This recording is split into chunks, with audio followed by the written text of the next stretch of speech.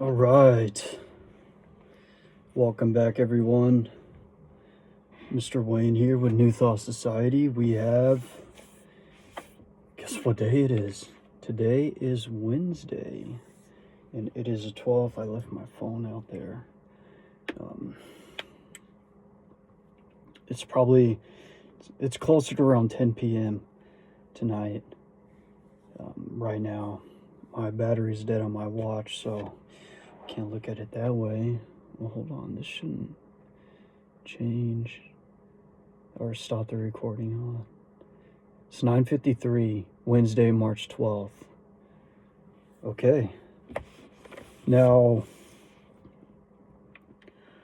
a lot of changes have been happening. A lot of great things have been happening with work. We're definitely on people's radar screen, and we're definitely moving forward, and it is moving into a different vibration, so to speak, because we're doing, right? We're adamant about it. We're persistent with it. It's not one of those things, hey, I'm going to go do this. Oh, a bunch of excitement, and then it goes away, right? It's not one of those things. It's, hey, I'm going to do this. I am going to be a part of this. We're here to be a team lead. We're here to lead. We're here to be a department manager. And right, so it's changing a lot of things. It's people see it as something more serious. So it's changing the vibe of things. It's changing the aura. And I've grown a lot too. I've been doing a lot better when it comes to my own department and managing people. Now, these visualizations work. The law of attraction is a very real thing. The other day we had a young cat from a different department. I was with a customer. He came up to me, he said, Mr. Wayne, there's a customer that needs help with paint. I said, okay, I'll be there in a minute. Just let him know I'll be there in a minute. Finished with that customer. Went over the paint, helped the customer with paint, and then that same kid came up to me and said, Mr. Wayne, there's a person in the sporting goods that needs help, because we cover sporting goods. My department is ACC, which is the auto care, and we take care of the auto, we take care of hardware, we take care of paint, and we cover for sporting goods when they're not there.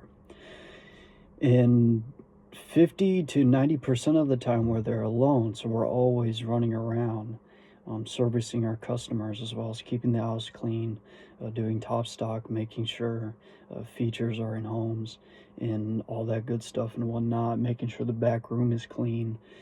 And so there's a lot that we multitask with. There's not, mind you, I'm in a super center. It's very, very, very busy, so we don't really have much time just to sit there and not do anything, right? There's always something to do.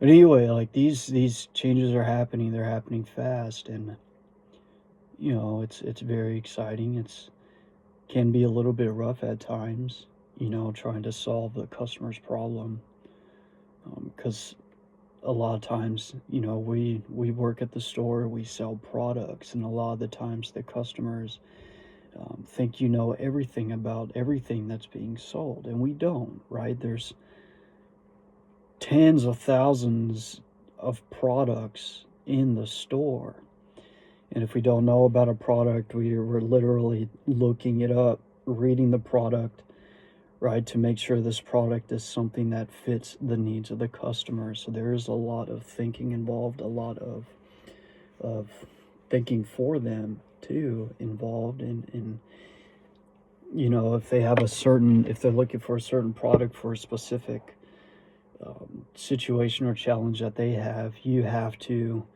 really listen, right? You have to listen, and with the imagination, really imagining their situation, because you have to be able to see the situation that they are in order to really, let's say, recommend a right product, right? Like, okay, for example, we had a customer come in. He needed to do something with his door, and he was telling me the way his door is. He was telling me the ideas that he had to fix the issue with this door, and we understood, we seen where he was coming from, and we were looking at multiple different products for his door. Like, hey, if you do this, you might have this challenge. If you do this, you might have this other challenge, right? So in the end, it was left for him. yes, it's going to fix the door, but this is the other thing that you also need to deal with when it comes to fixing that door. And really, it was right. Really, in the end, it's what is he willing to deal with, right? He was looking for covering. Like he wanted to build this kind of covering to meet in the middle because it's a double door, to meet in the middle of the door to close the crease in the middle. And he had multiple ways of doing it. Now, like I said, the ideas that we covered was going to close that crease, but the different ways of doing it was, okay, well, if you do this, you're going to have to close it this way, or you're going to have to open it this way, or it's going to be sliding on the bottom, right? Things like that. Like this is what goes on in this environment, right? This is what we do, a part of what we do at work. And it's brainstorming with the customer, right? So ultimately, in the end, it was, hey, both of these situations will fix your problem. But like I said, it really depends on what you're willing to deal with when it comes to the way your door opens, right? And, lots and lots of changes. My manager, she was out all week. She had a business convention with Walmart. She's back tomorrow. And we're off tomorrow, but we're going to go in anyway just to talk to her and let her know for the promotional program, hey, I'm ready whenever you're ready. All right, I'm ready to do this. And I've been patient with it. And we just been focusing on getting better at what we do. And I know the law works. I see it working in my life. And I just need to stay persistent. It's like Napoleon Hill says, persistence, how did it go? Persistence is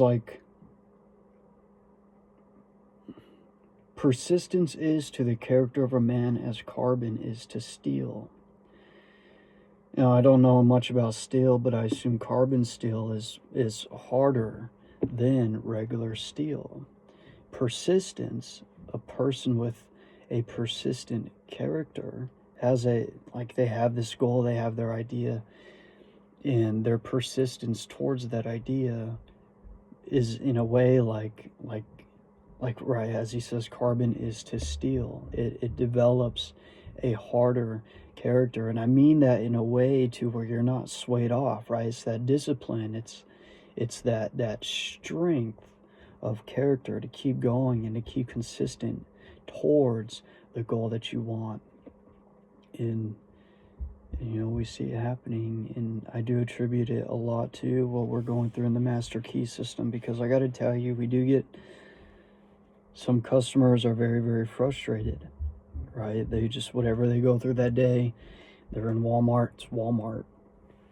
And, they some of them have a tendency to unload on you. And you have to have that mental resilience and that stress tolerance, so to speak, to understand them but not absorb their energy, right? Not absorb what they're vibing off, what they're giving to you. Because the amount of stress we deal with work already and the amount of things that need to be done, the last thing we need is to be absorbing other people's issues or other people's problems. We have enough problems of our own, right? Viewer, we have enough problems of our own. Right? Like the goal of all of this is to give you, not only am I going through this program and showing you as an example of what it's doing for me in my life and how it's giving me the mental capacity in the faith, right? Because you're building faith as you're doing this, because through the understanding of these universal laws that we all live by, and through the application, especially these psychological laws too, that, hey, we become what we think about. It's just a psychological law. It just is what it is. And understanding that, knowing that you have to be mindful of what it is that you're thinking at all times. Because you know, whatever you're focusing on, you're moving in that direction. What you focus on most of the time, you move in that direction, and it eventually becomes subconscious. It just becomes a part of who you are. And you do these things automatically. It's just a law, right? It's just what it is. And that's an example of how these universal laws work.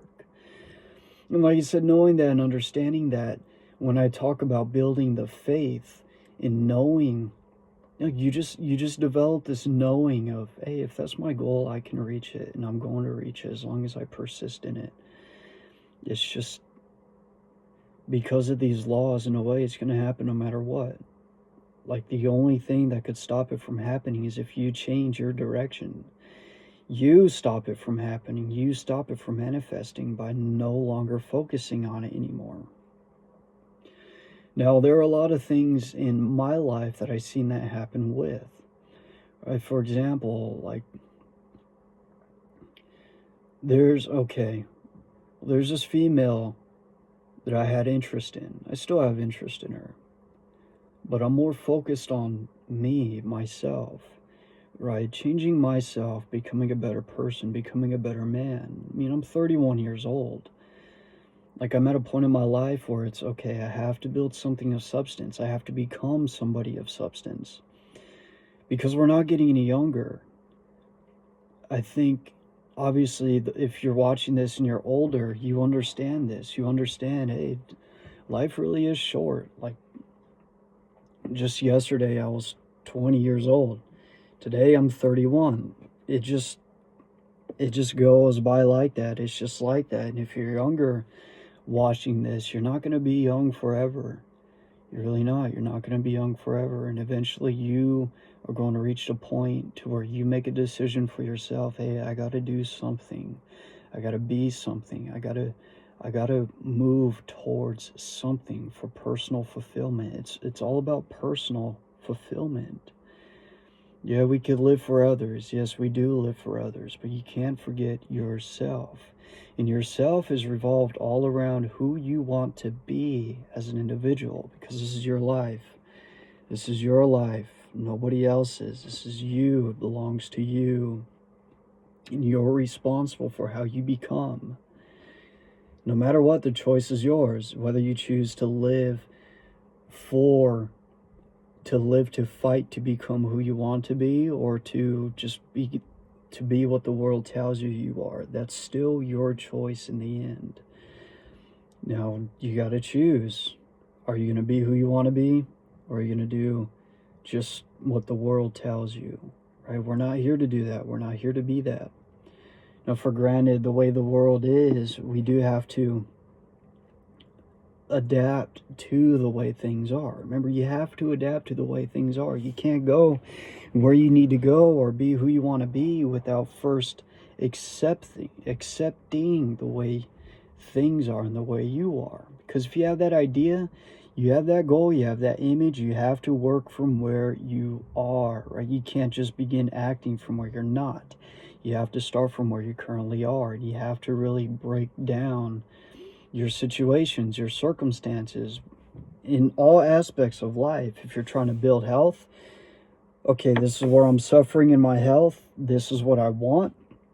I'm going to do this, and this to move me from here to there, right? Same thing with financial goals. You have to break down how much you're making, how much you want to make, and where you're spending money, and put a plan together to get that ideal of what it is that you want. Let's say, for example, I want to be a billionaire, right? What do you need to do to be a billionaire?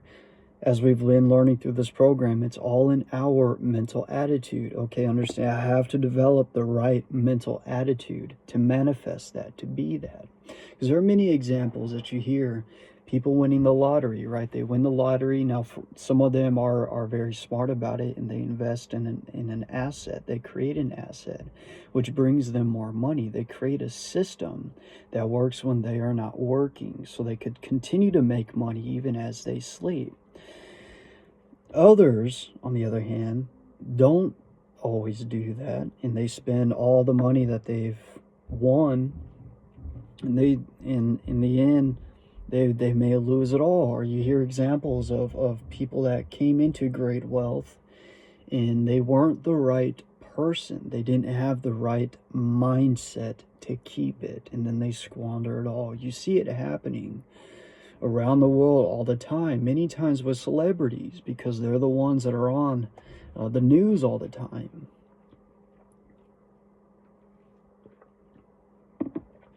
But aside from all that, it's, we have to keep pushing forward. And back to that example, when it came to that woman,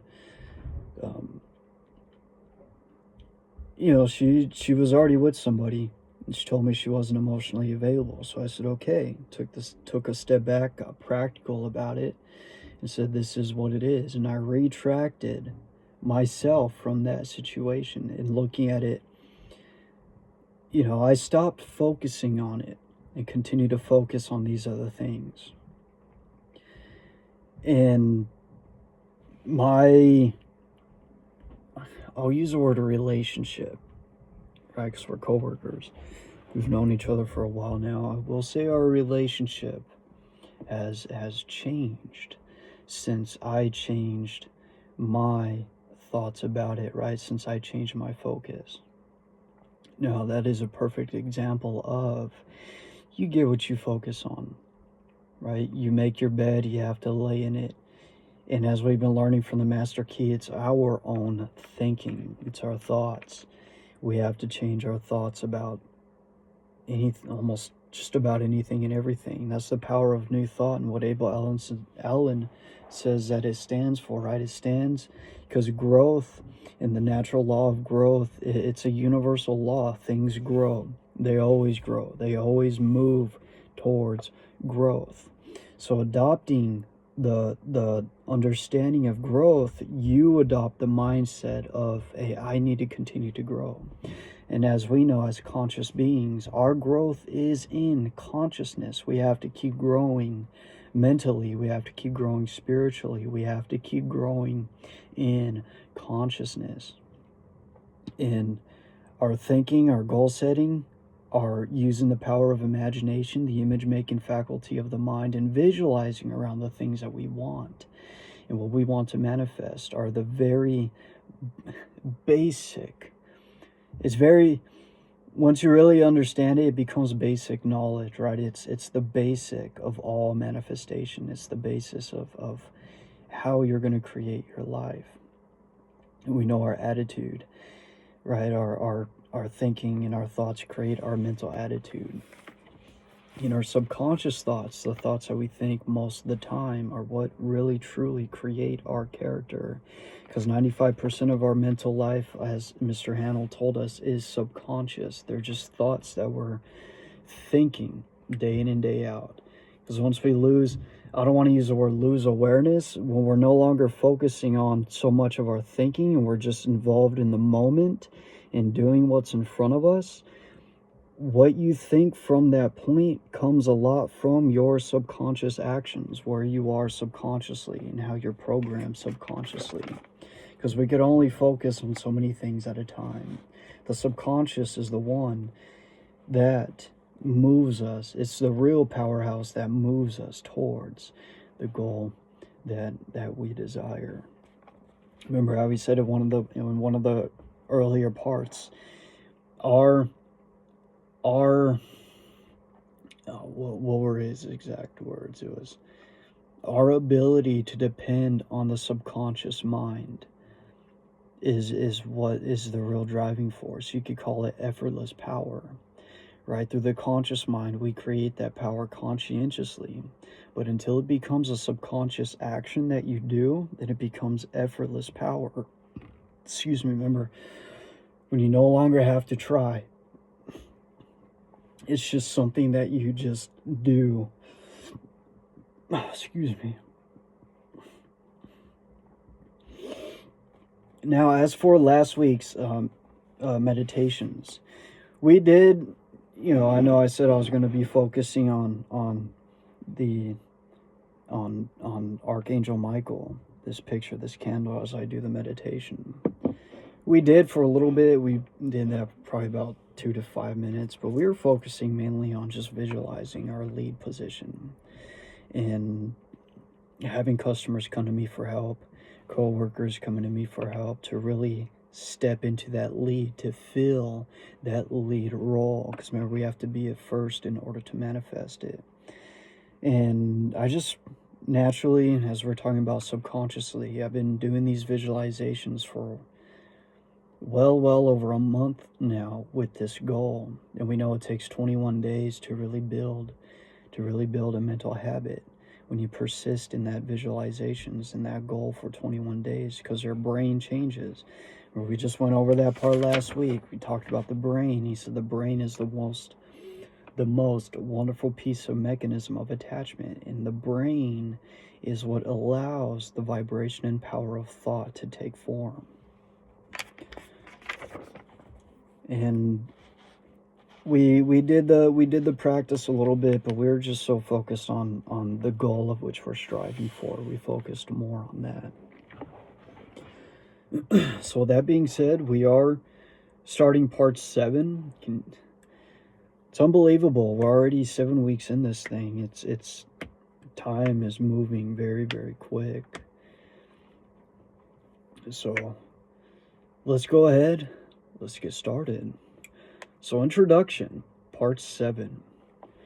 Through all the ages, man has believed in an invisible power, through which and by which all things have been created and are continually being recreated. We may personalize this power and call it God, or what did I just say right there? Or we may think of it as the essence or spirit which permeates all things, but in either case the effect is the same. So far as the individual is concerned, the objective, the physical, the visible, is the personal, that which can be cognized by the senses. It consists of body, brain, and nerves. The subjective is the spiritual, the invisible, the impersonal. The personal is conscious because it is a personal entity. The impersonal, being the same in kind and quality as all other beings, is not conscious of itself and has therefore been termed the subconscious. The personal or conscious has the power of will and choice, and can therefore exercise discrimination in the selection of methods whereby to bring about the solution of difficulties. The impersonal, or spiritual, being a part or one with the source and origin of all power, can necessarily exercise no such choice, but on the contrary, it has infinite resources at its command.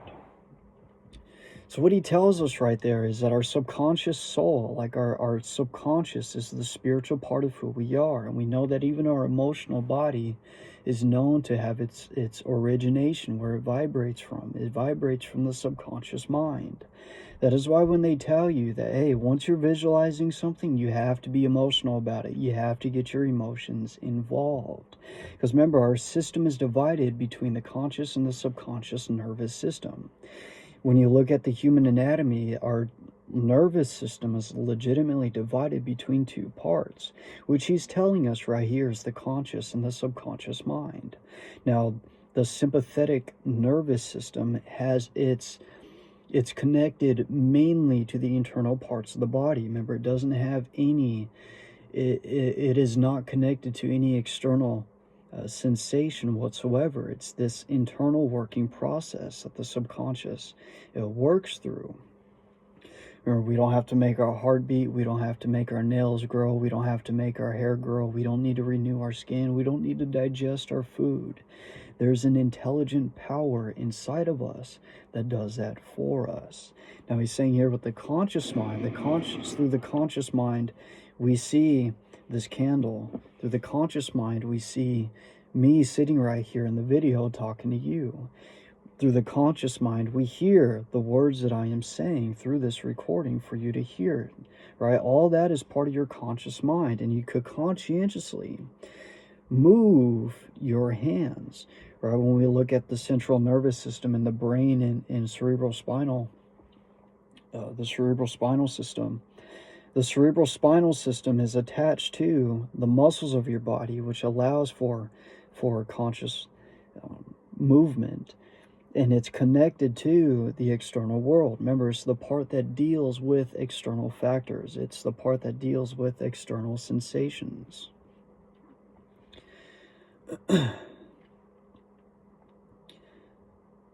And let's see.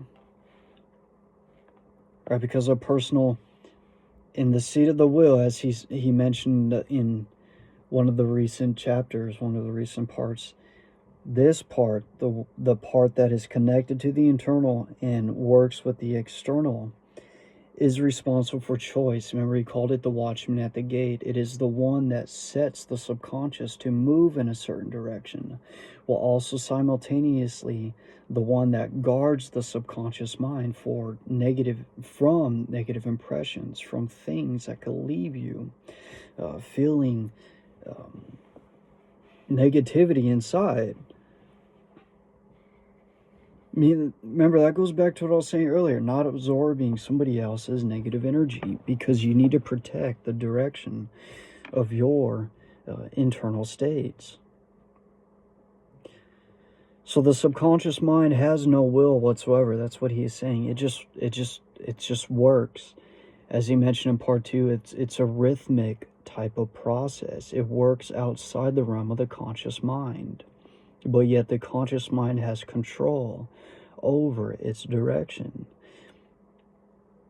It can and does bring about results by methods concerning which the human or individual mind can have no possible conception.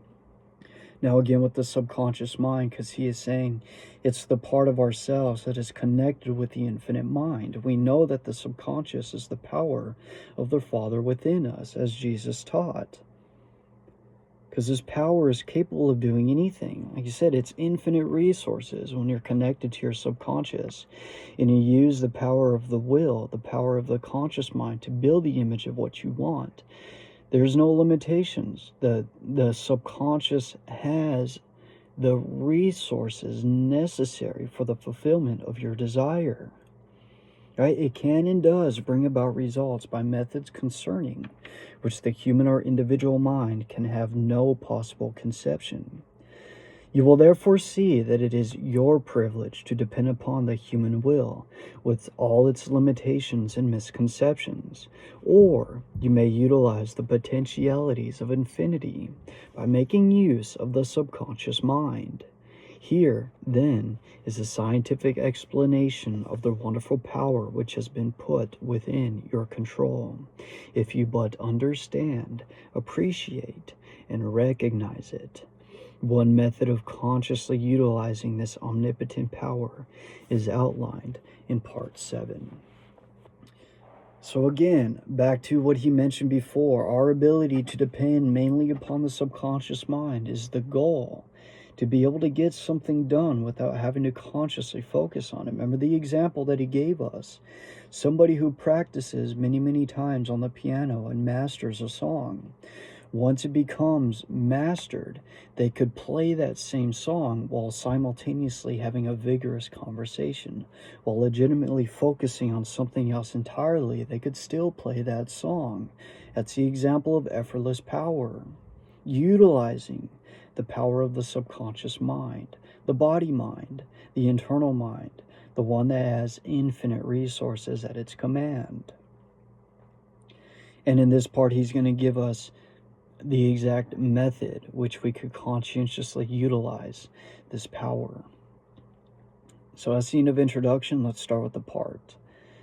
So part 7, visualization is the process of making mental images, and the image is the mold or model which will serve as a pattern from which your future will emerge.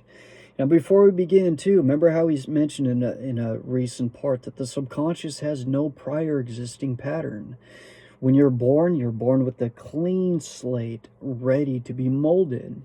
And through the conscious mind, right? This is why they say during childhood, it's not your fault for who you become as a child, because you're being molded by your environment, you're being molded by, let's say maybe your parents, you're being molded by your family, you're being molded by your schooling, right? Because the consciousness, because there are only very few things you remember as a child, because the forebrain doesn't really begin to grow until later years. In the forebrain, the conscious mind, the one that is the watchman at the gate and sets the subconscious in motion, hasn't yet fully developed to make its own choices. So the subconscious is wide open to receive a pattern that is given to it from the world. Right? So, as we mentioned before, right, the whole goal of this system and with meditation is to overcome your old mental programming, to till the soil of your mind, so to speak. Remember the example of the farmer that I gave in a recent video. It was in part 5 when he was telling us about this amazing, wonderful property that we have. But this property is a mental property. In order to really gain access to this property, not only do we have to become conscious of it, we have to be aware of its existence, but we have to till the soil. We have to pull the weeds. The weeds are old characters. The weeds are old habits. The weeds are old thinking processes. And we change that thought process, we are helping to till the soil of the mind. We're pulling the weeds out of the subconscious so we could plant the seeds that we want. We could plant the character which we wish to develop so we can manifest the things that we want. And he's saying visualization, imagination is the very process that allows us to plant the seeds that we want. As he says right here, it serves as a pattern. It serves the conscious. Visualizing what you want is the pattern out of which your future will emerge, because it gets into your subconscious and you begin to become it, right? You move into it. Everything you do, you act from that mental image that you have and the new thought process which you are creating.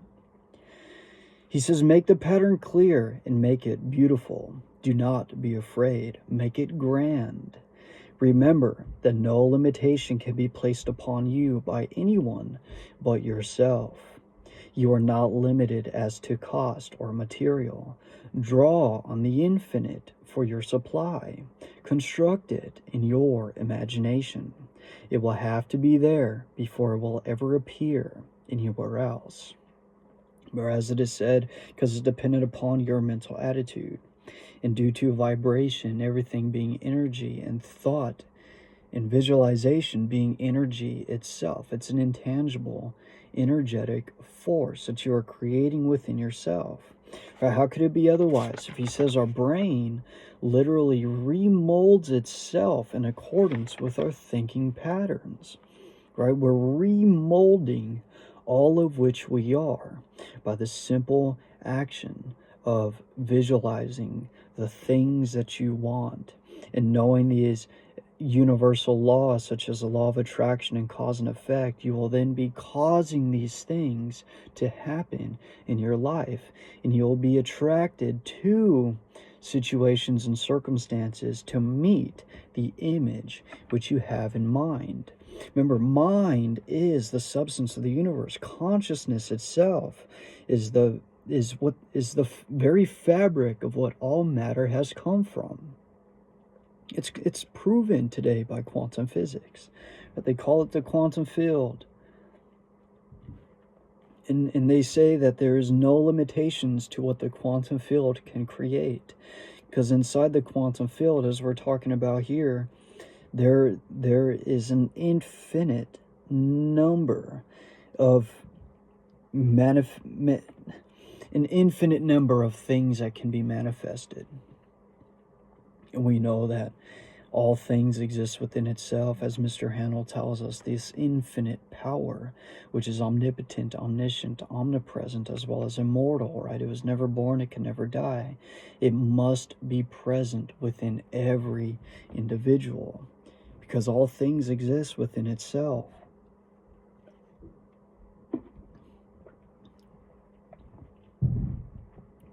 So make the image clear and clean cut.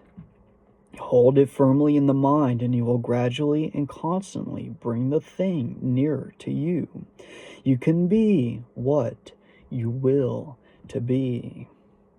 This is another psychological fact which is well known, but unfortunately, reading about it will not bring about any result which you may have in mind.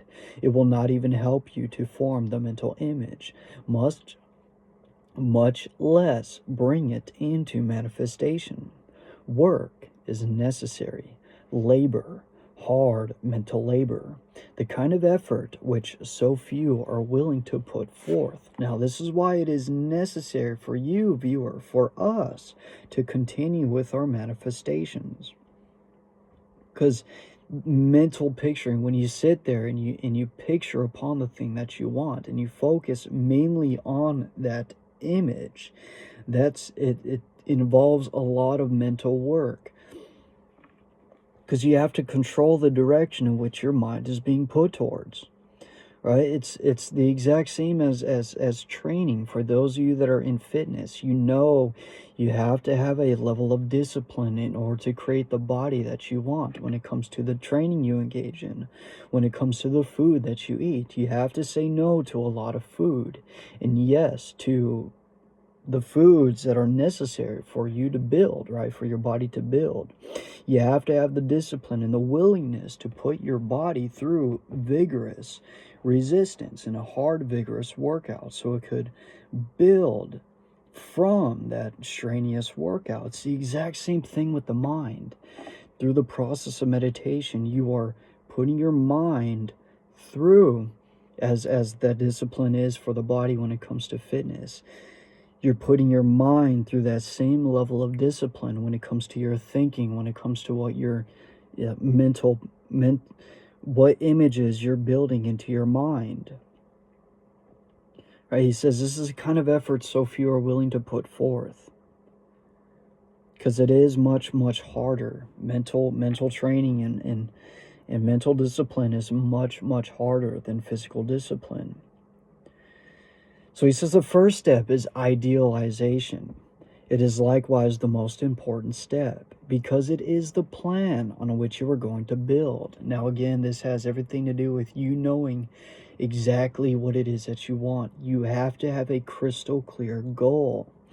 You say, this is what I want, and I'm going after it no matter what. And understanding that, hey, you're the only person that could stop you from achieving that goal. Because as you continue to persist in its attainment and you become it more and more, you're going to be manifesting and being surrounded by others, people, places, things that are going to help you with the manifestation of that ideal. So he says it must be solid. It must be permanent. You have to have a goal, an ideal set in stone. The way you get there can change, but the end result itself will never change. It can't change. As it said in the book of life, a man without a vision shall perish, right? You have to have the vision of what it is that you want, and it must be permanent. The architect, when he plans a 30-story building, has every line and detail pictured in advance. Now, that could be an example of that woman that I was telling you about. At this point in my life, I am the most important thing because I have to have myself taken care of, especially as a man.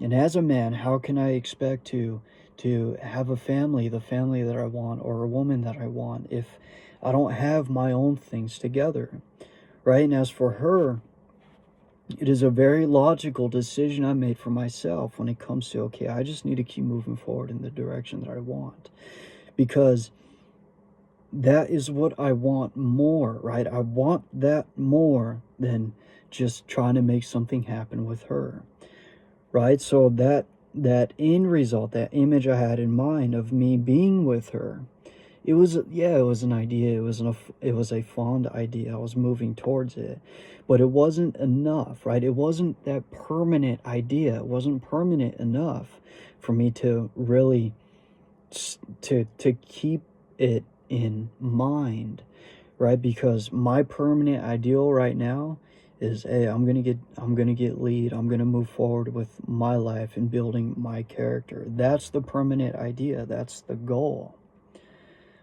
And who knows, maybe down the line something may happen.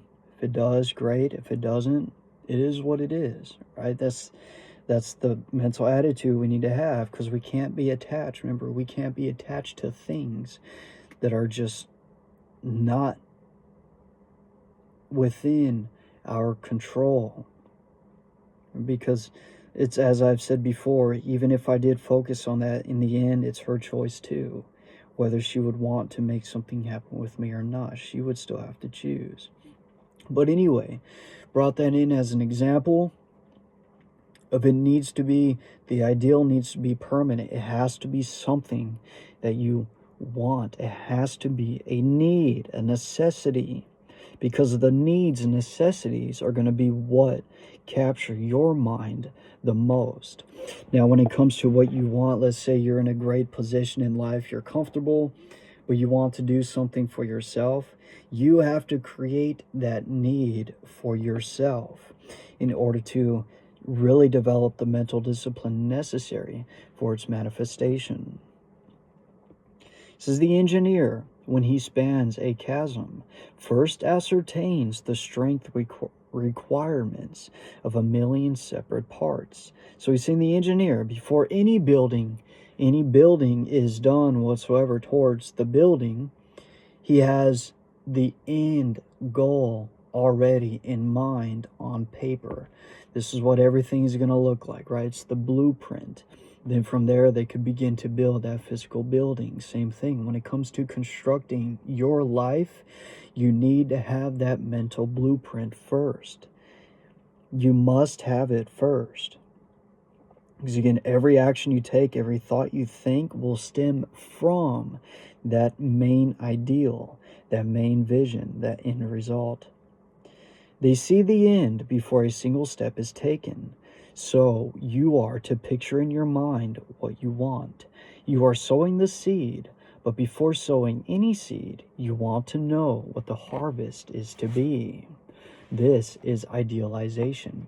If you are not sure, return to the chair daily until the picture becomes plain. It will gradually unfold.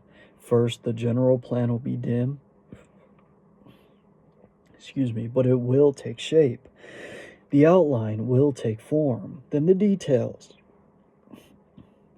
and you will gradually develop the power by which you will be enabled to formulate plans which will eventually materialize in the objective world. You will come to know what the future holds for you. And again, remember how we mentioned in one of the earlier chapters is that you have to have the corresponding outline in your brain before you can appreciate something. If you enjoy art, you enjoy art because you already have a brain created. A neural pathway created for you to actually enjoy art, right? That internal correspondence within yourself, because it vibrates with you. And he's saying here, we know that,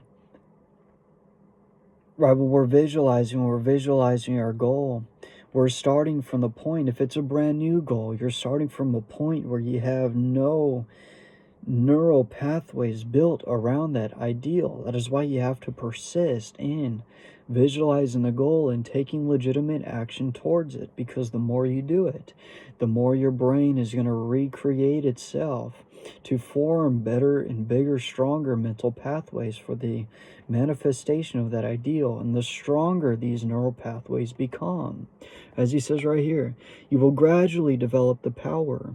The outline will take more and more shape. The image of it in all its completeness will become more and more visible to you, first in the mental world.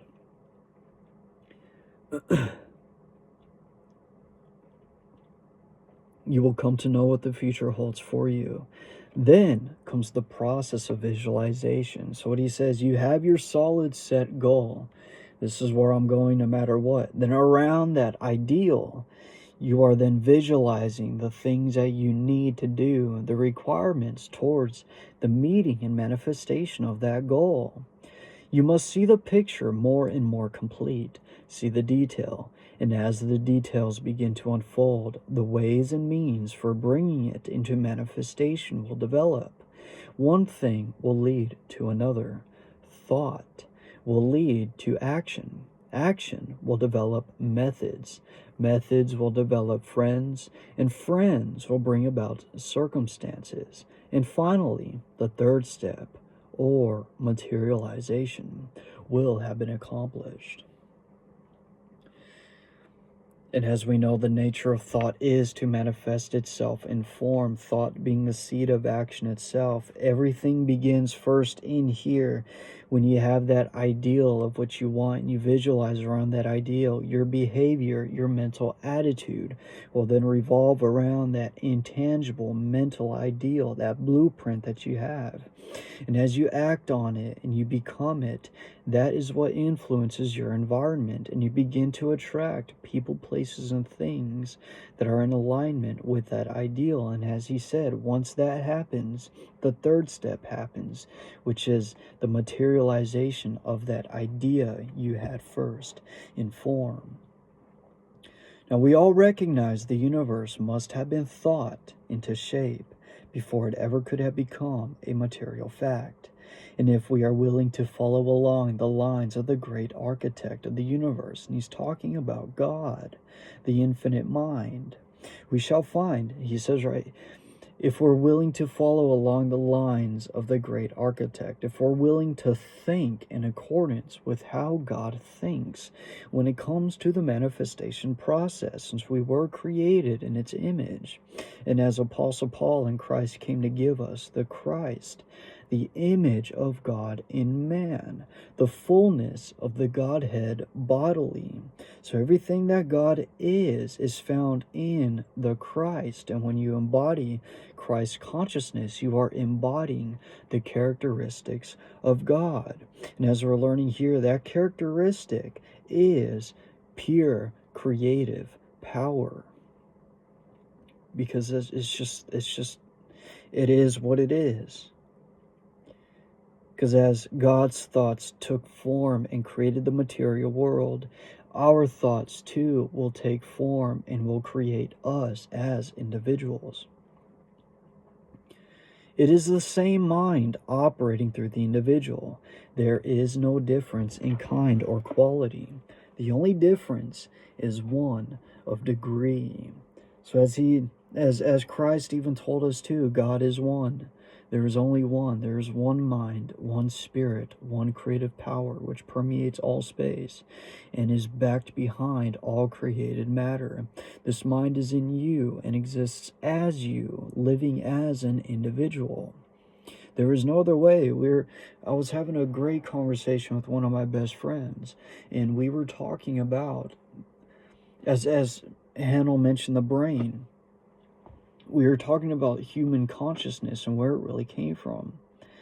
And if the human brain is a transmitter and a receiver of vibration, of energy, the brain itself, from what it's made out of, is able to receive the energy of consciousness and express it in form. Like, that's why we're conscious. It's because of the evolution of our brain, which again we learned in the prior part that is the mechanism which allows the creative power of thought to manifest.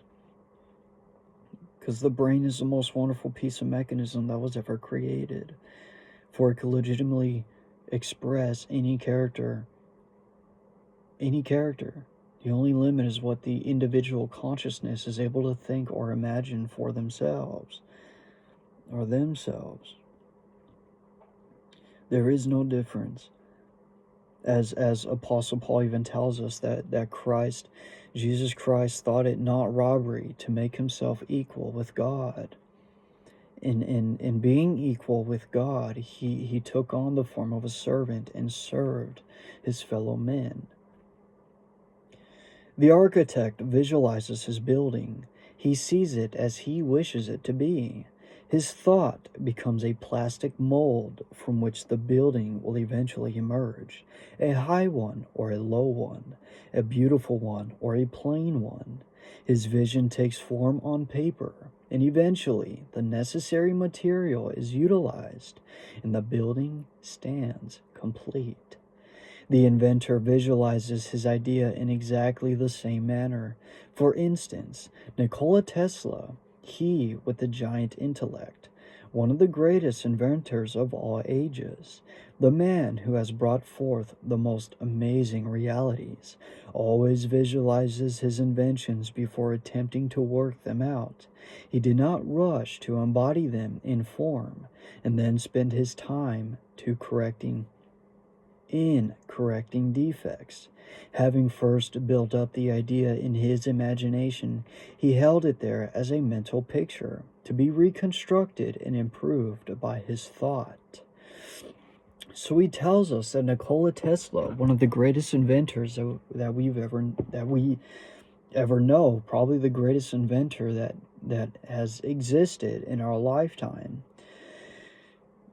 He's saying Nikola Tesla, before he invented any of his inventions, first had the complete final product in mind, and he thought about all the things he could add to the invention before he took any action on embodying it in form at all.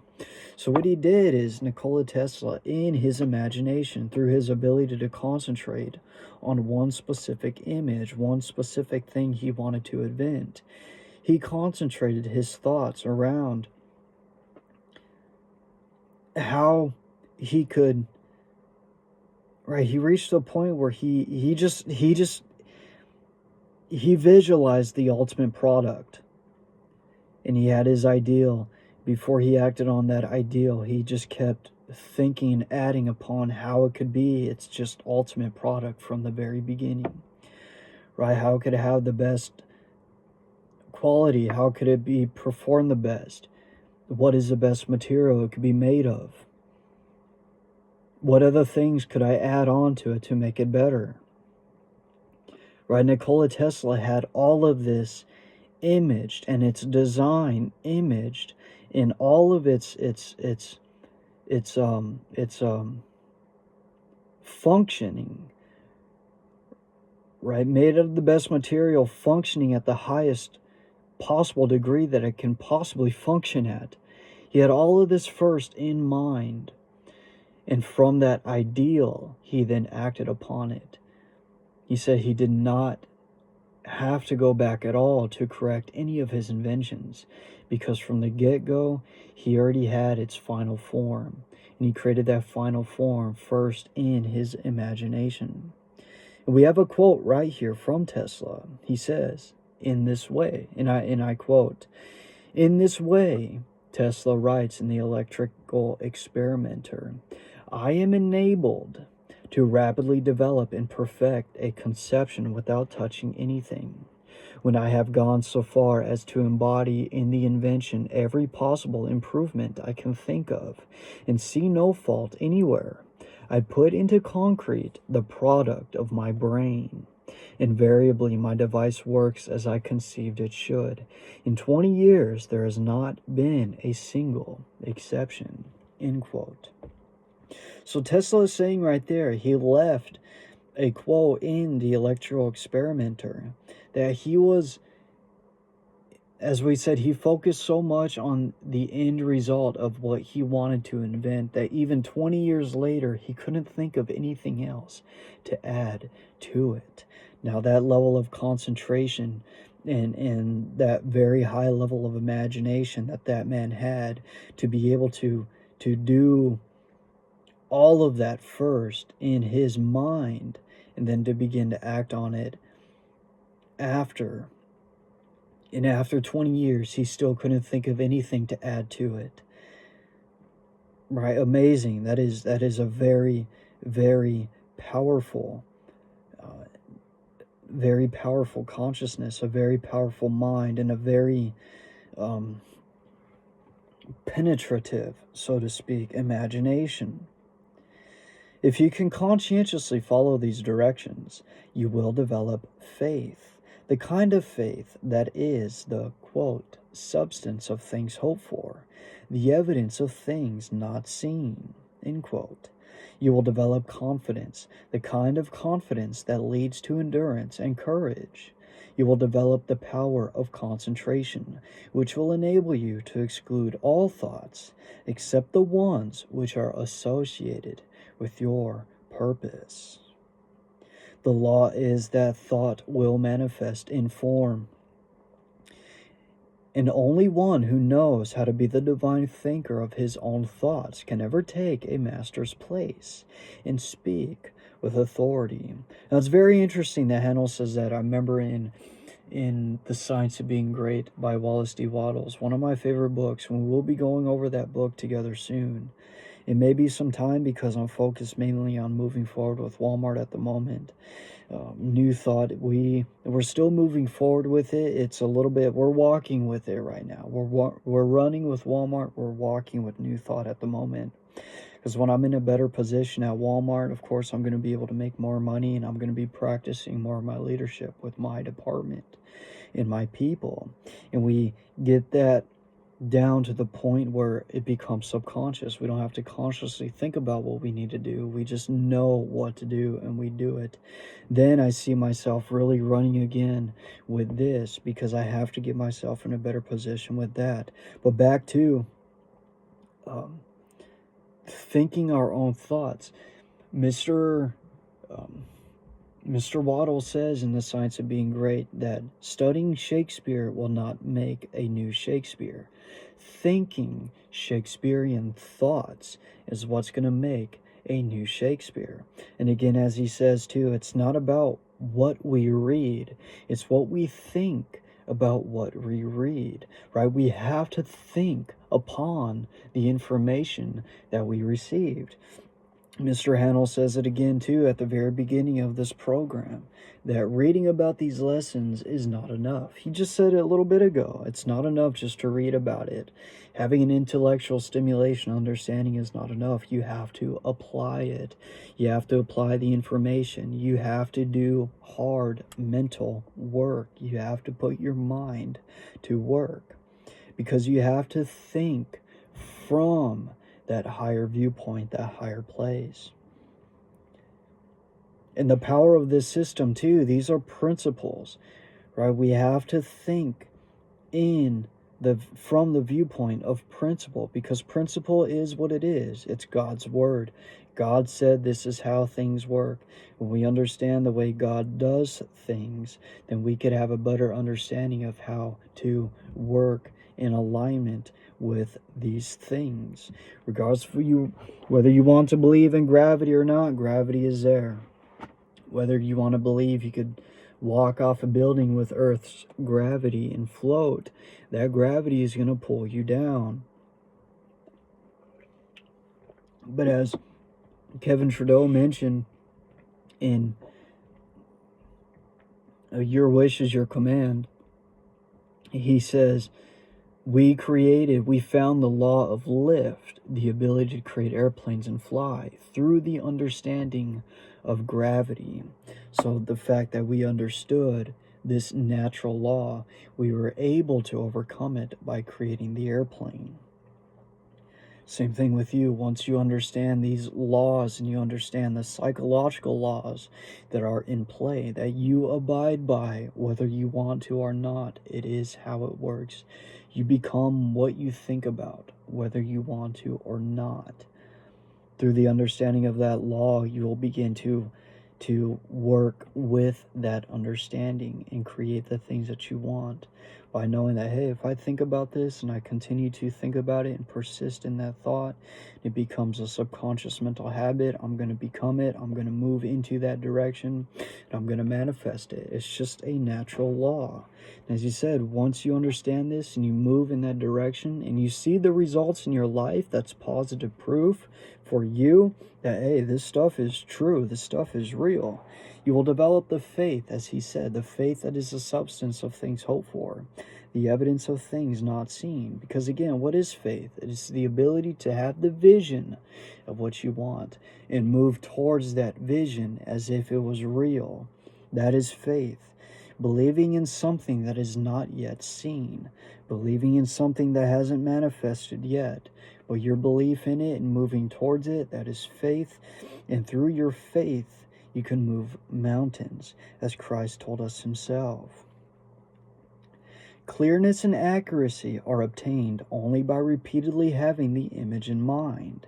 Each repeated action renders the image more clear and accurate than the preceding, and in proportion to the clearness and accuracy of the image will the outward manifestation be. So as he said too, in one of the beginning of these chapters in connection with what we just read, our ability, the degree in which we understand this power, that this is how things are, these laws, will be the degree in which we manifest things in our life. Right? So the degree of which we are able to clearly hold that mental image, to that degree is going to be the degree in which that image is manifested in our lives. Now remember in a recent chapter too, actually I think it might be later on in this chapter, he gave us the example of a camera. Right? If you take a picture, if you have a camera, you take a picture of something that isn't in focus, you're going to have a blurred image of what you just took a picture of. It's the exact same thing with your mind. If you do not have a clear image of that goal, you're only going to have a blurred manifestation. You're only going to have a blurred action towards it. Right? And as you focus a lens on whatever you're taking a picture on, that image that you took a picture comes out clean, accurate. You can see the detail. Same thing with the mind. You need to have a clear-cut image, ideal. Visualize clearly with that, around that ideal, in order to become it, to manifest it. And our degree of being able to visualize it clearly is going to be the same level of our degree of manifesting it in form. This is why disciplining and training your mind is so important. And it's crazy, especially in this world, when you talk about the mind, it's almost something like, in a lot of ways, I don't know, it's hard to explain. It's almost like the power of the mind is not taken seriously enough by society.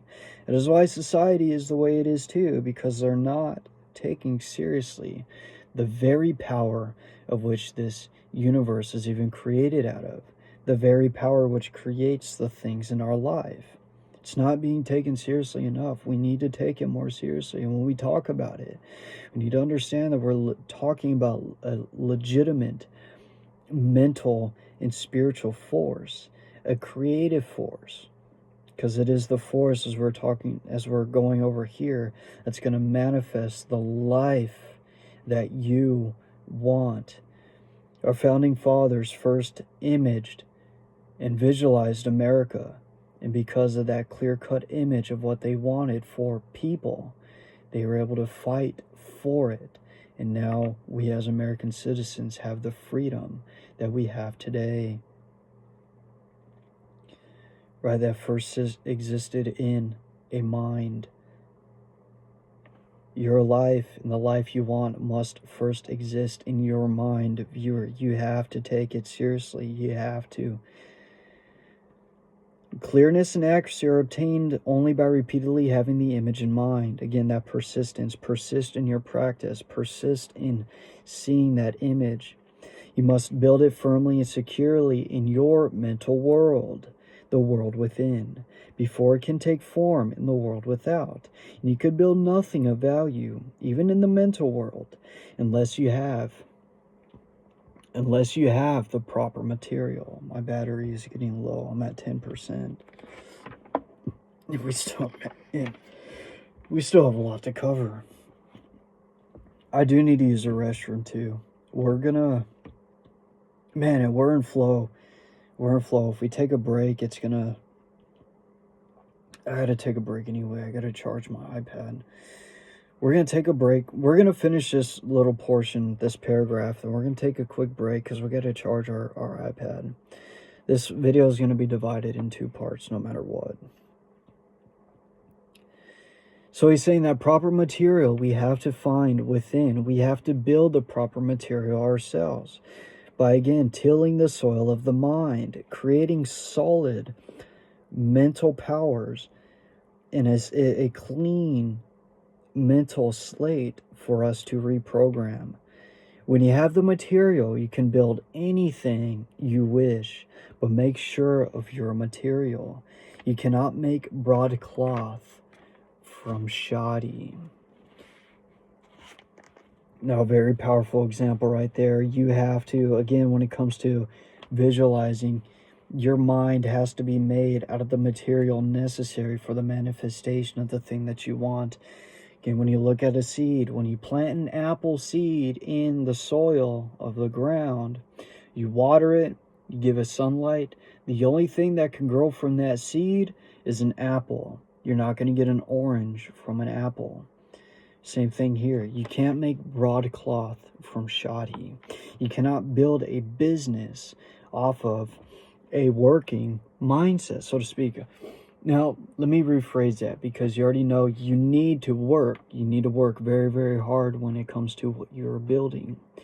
But when it comes, say, for example, an employee versus an employer mindset, you have to not have an employee mindset. You have to develop an employer mindset, a CEO mindset, in order, a business oriented mindset, in order to manifest the business that you want. Remember, this is growth. You have to grow into that higher version.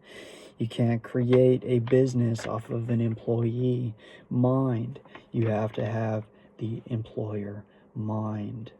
So let's go and stop right here. That's going to be the end of that portion, and we'll be back with the second half of this part.